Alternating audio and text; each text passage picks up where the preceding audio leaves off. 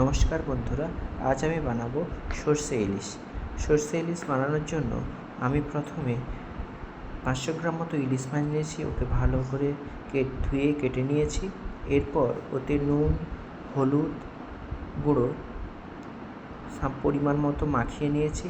এরপর 1 চামচ সাদা সর্ষে, 1 চামচ কালো সর্ষে ভালো করে পেস্ট করে নিয়েছি।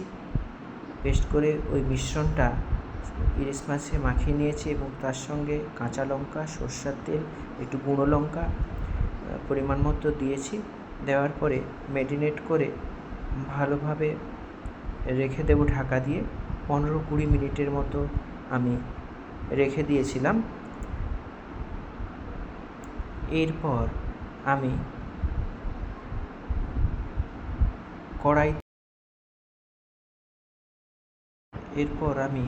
কড়াইতে সর্ষের তেল দিয়েছি। দেওয়ার পরে মাছগুলোকে সুন্দর করে সাজিয়ে নেব।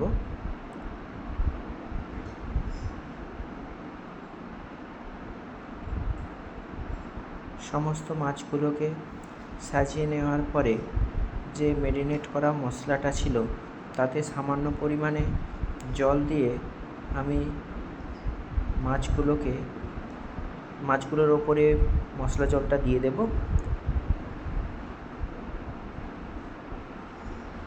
মাছগুলোর ওপরে মশলা জল দেওয়ার পর আমি গ্যাসটা অন করে দেব।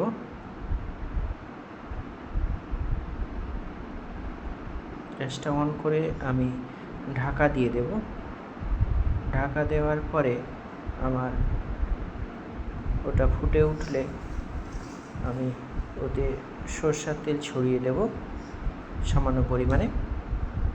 ছড়িয়ে দেওয়ার পরে আমার ওটা প্রায় ঢাকা দিয়ে দেখলাম ওটা রেডি হয়ে গেছে। আমি গ্যাসটা বন্ধ করে ওতে ধনেপাতা কুচি দিয়েছি। আমার সর্ষে ইলিশ রেডি হয়ে গেছে।